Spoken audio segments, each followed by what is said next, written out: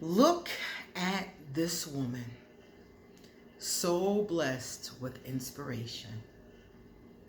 Look at this soul still searching for salvation.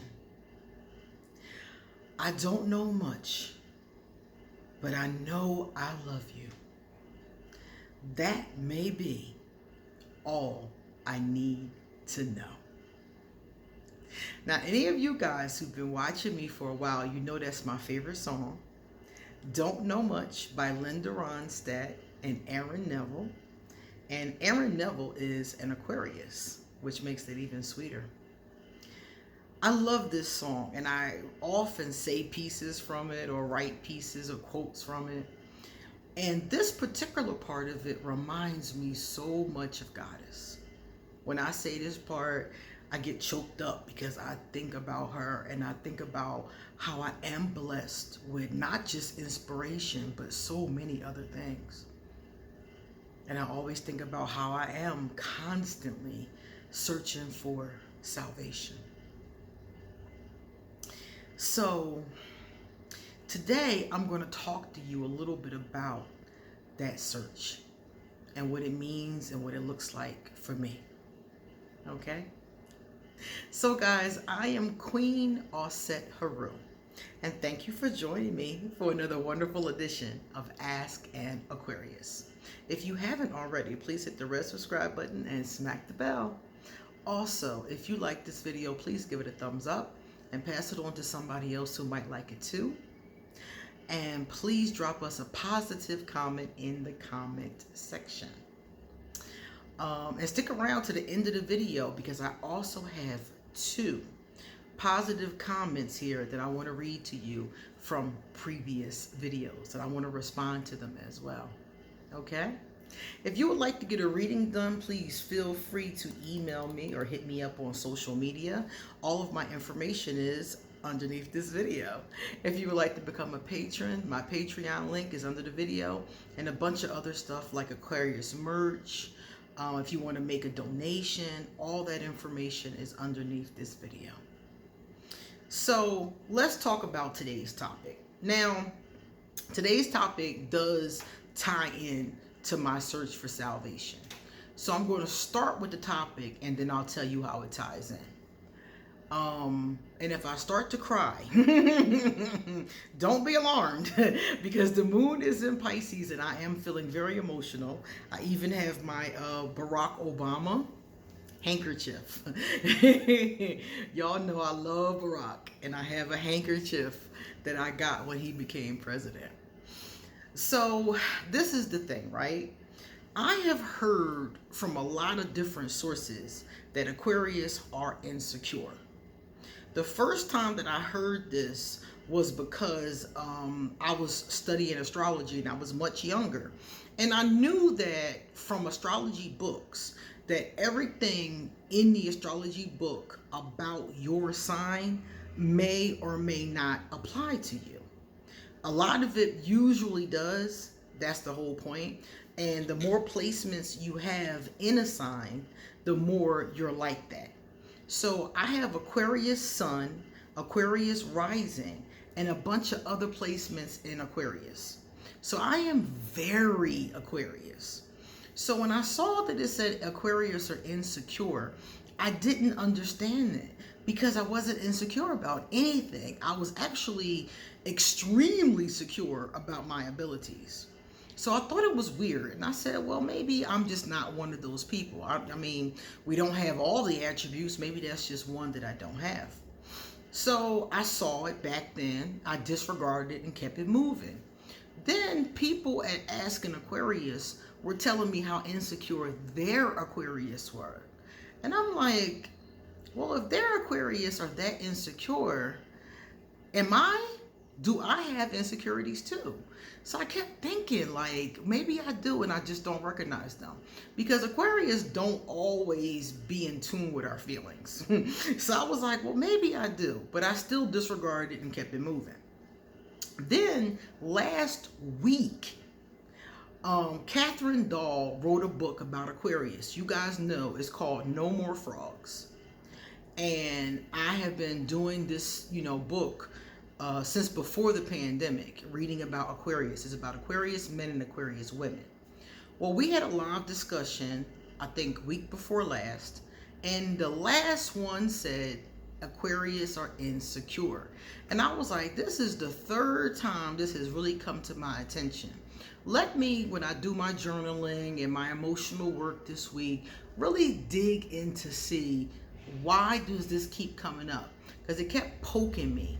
And anything that pokes me means that there's something to it. I'm missing something. So the first thing I did was look up the definition of insecure.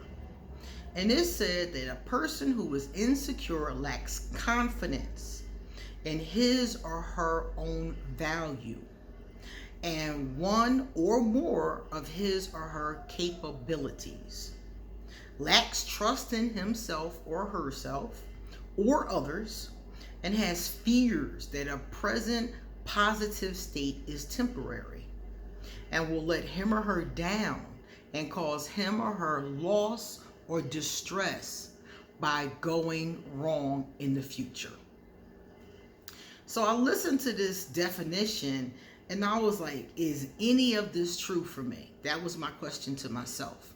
And I was like, man, if I have an ability of any kind, I mean, like, for instance, my acting abilities, my poetry abilities, my reading abilities, I'm a tarot card shark, my knowing about crystals, knowing about magic, any of those things that I know, oh baby, I know. It's no insecurities at all about the abilities that I'm really into, because I know I'm on point. I study my stuff, I do my work, and I know that. So I was like, okay, so that's not it.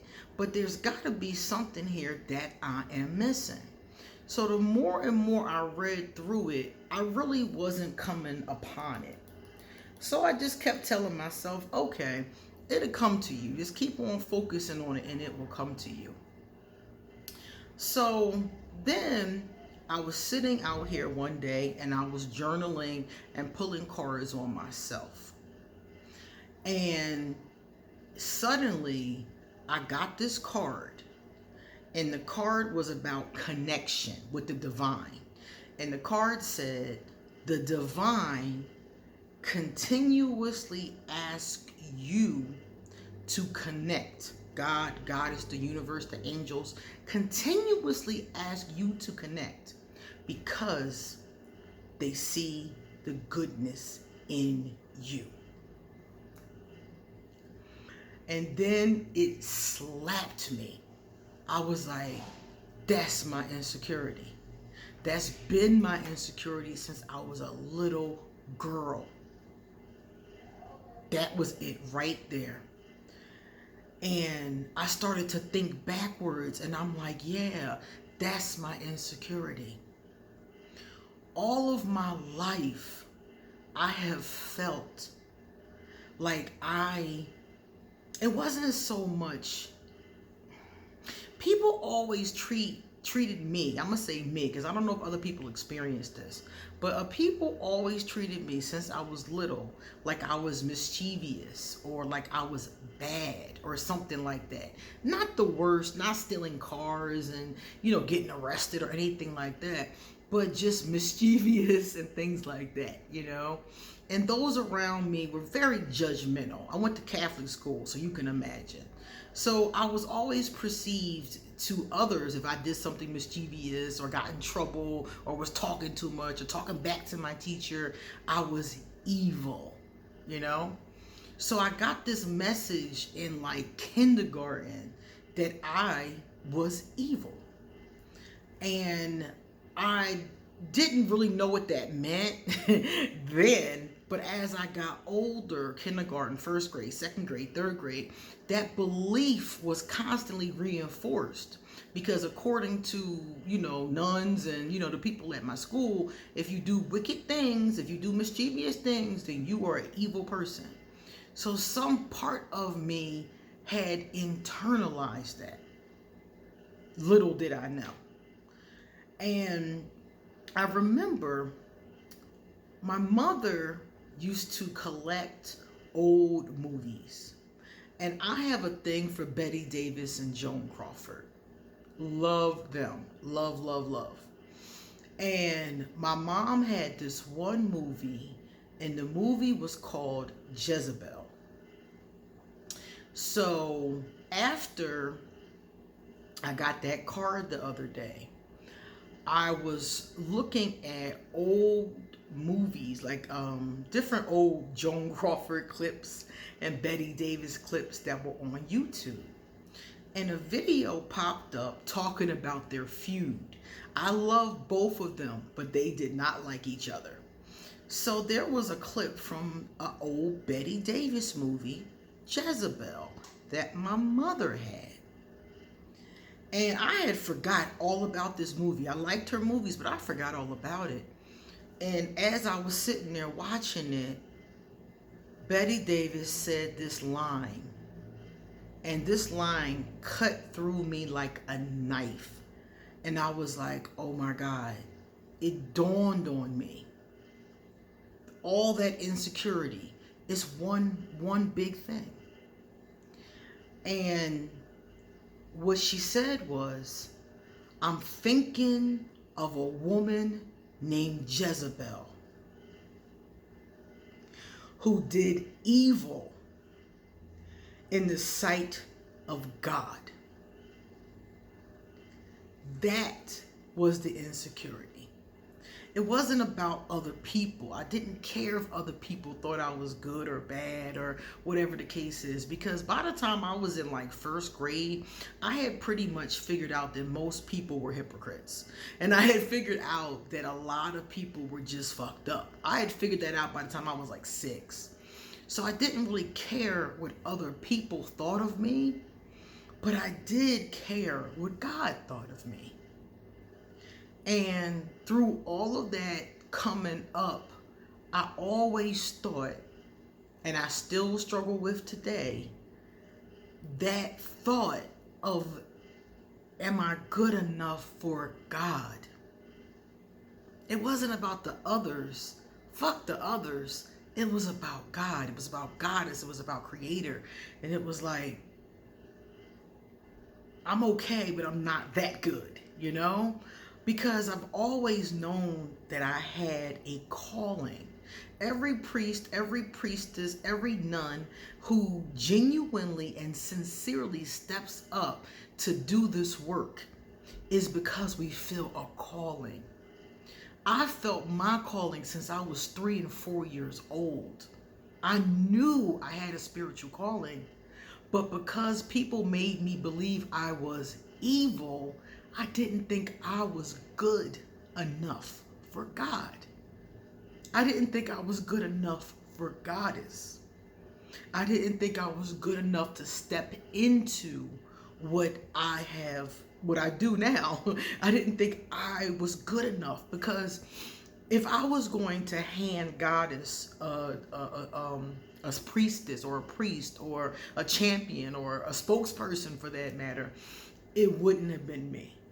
I would have handed Goddess one of those people I knew growing up that never got in any trouble, never talked back to their mommy. You know those kind. I have this girl I went to high school with.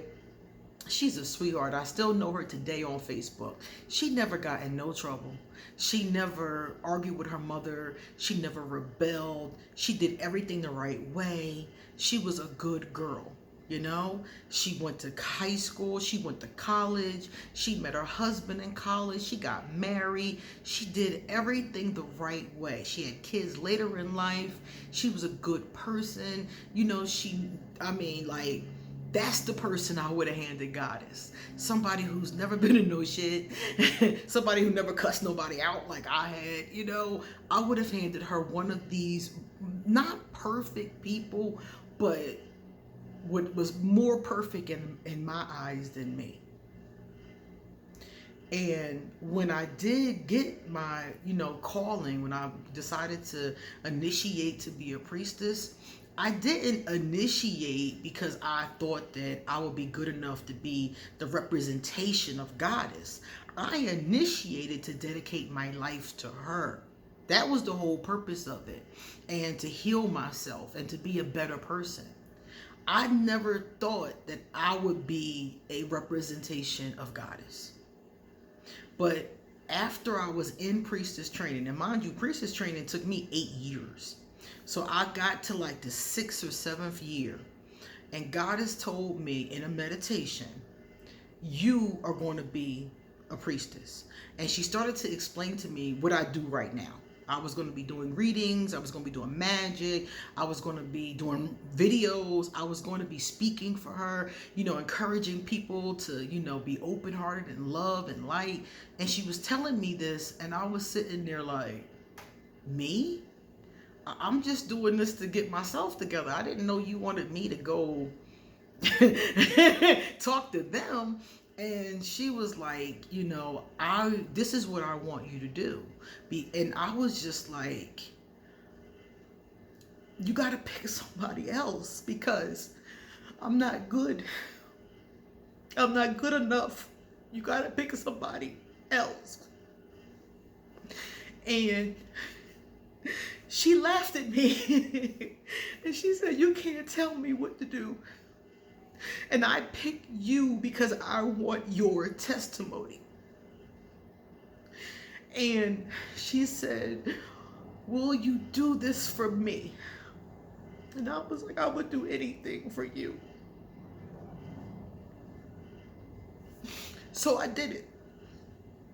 I initiated as a priestess. I finished my training. And I continue every day to do the work that she tells me to do and asks me to do. But I do struggle. And I struggle less now. But sometimes I do struggle because she sends me messages about my goodness of my heart or telling me I'm her divine daughter. She tells me all kinds of stuff like that because she knows that that's my insecurity. She knows that that's it. She knows that's where my struggle is sometimes. And I don't even think about it. I'm so Aquarius. I didn't even think about it until I uncovered it. Like, oh, snap. I'm thinking about a woman named Jezebel who did wrong in the sight of God. So that is mine. That is mine. And I'm still healing it. I'm still working on it. And I notice some of you out there may have similar ones or other ones or something like that. But I just wanted to tell you that anybody can be insecure. It doesn't matter your sun sign. But Aquarius, we might not always recognize it, I don't think. Because many of us are so confident about everything else that you don't even notice. And it's something for me that has bothered me my whole life. Ever since I was a child, that has bothered me. And I didn't realize it until this week, how it bothered me and why. So I am going to continue to be my mother's daughter. I am going to continue to do the work to see myself as that good heart that she sees me as. Because I am that person. But when you're constantly made to feel like you're so bad, it's hard. It really is hard. And then when you see so many people do things the right way, you're like, damn, I feel like, do you guys remember the story of Saul? Saul changed his name to Paul. And basically, this is in the Bible. And what happened was, Saul was a Roman soldier, and he was a one who would kill Christians. He would murder them. And this was his job. It wasn't illegal. This was his job. So he would kill Christians and, move on to the next town and kill some more. So on the road to a place called Damascus, he had a vision, and he was riding a horse. And anybody who's ever had a vision before, because I've had many visions, and when you have a vision, it does take you out of nowhere. So his vision came out of nowhere and knocked him off his horse. So he got back up, and the vision was God or Jesus or, whatever spiritual being telling him to stop killing Christians and to be a Christian and, stop persecuting them and go be a good person, basically. So he got off his butt, got back on his horse, and got baptized, and became one of the founders of the Christian church. I think it might be the Catholic Church, if I'm not mistaken. And he changed his name to Paul. And he's very celebrated at this point as being one of those early founders. But this was a man who was murdering people. And I often feel like him. I often feel like, I wonder, did he ever regret the past? Did he ever feel bad about the times when he wasn't at his best? Because that's where my insecurity lies. So I wonder, did he ever think about all those people he killed? And if maybe that was his motivating factor to do so much later on,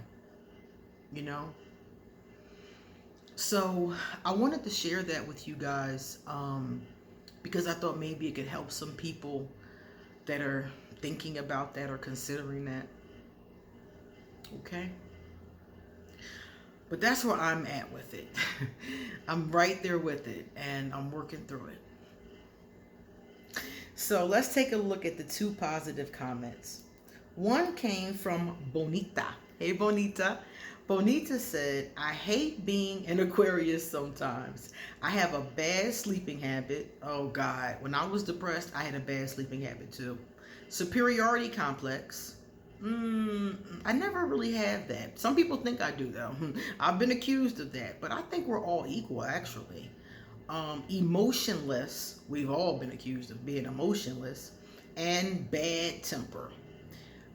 Yeah, my temper is awful. I do have to. That's one of the things I've always been kind of, one of those things, that I was like always like feeling bad about was my temper. I done cussed some people out. I done gripped some people up. I done beat some people down. I I know what you mean. I fight the dragon. Oh, wait, my brain won't stop generating random thoughts. Yeah, but you know something? These are very Aquarius things, either things that we do or things that we're accused of. But every sign got some shit. So it doesn't matter what sign you are, you was going to have something that you probably were not going to like. So I figure, hey, Aquarius is good as anybody else, Every sign doesn't like something about their sign. Athena is a Greek goddess. Is she a Roman goddess? She's one of the goddesses from Europe. I think it's Greek. Athena Valentine. Hey, Athena. Athena said, I'm so confused. Her and an Aquarius, met online. Text for a few weeks. Finally met up. Seemed like a vibe. He called me right after. Talked a few more times. But he really didn't initiate beyond, hey, gorgeous text. I'm falling back, but I don't want to fall back. As soon as an Aquarius starts acting funny, I fall back. Because Aquarius act funny because something is wrong. And they might not always tell you what that something is. It could be in their personal life. It could be you. It could be a number of things. But they might not always tell you what it is. So as soon as an Aquarius start acting funny, I just fall back. And if they, I say something to them like, are you okay? You need some help. And if they don't say nothing, because many Aquarius be like, no, I'm fine. If they don't say nothing and they keep acting funny with the hey, gorgeous text, I would fall back. That means that either he is going through something, busy, that it could be something like that, because we are serious workaholics and we're serious about our causes. But it also could mean an ex-girlfriend came back. It could mean he's going through a depression. It could mean somebody passed away. There's so many things that could mean. So I would just fall back and let him pursue me. And if he didn't pursue me, guess what? The ocean is full of other fish. Keep it moving. If a person wants you, they know how to find you. And if they don't want you, you can keep it moving and find somebody else who does. Okay? All right, guys. Thank you so much for watching, and I'll see you next time.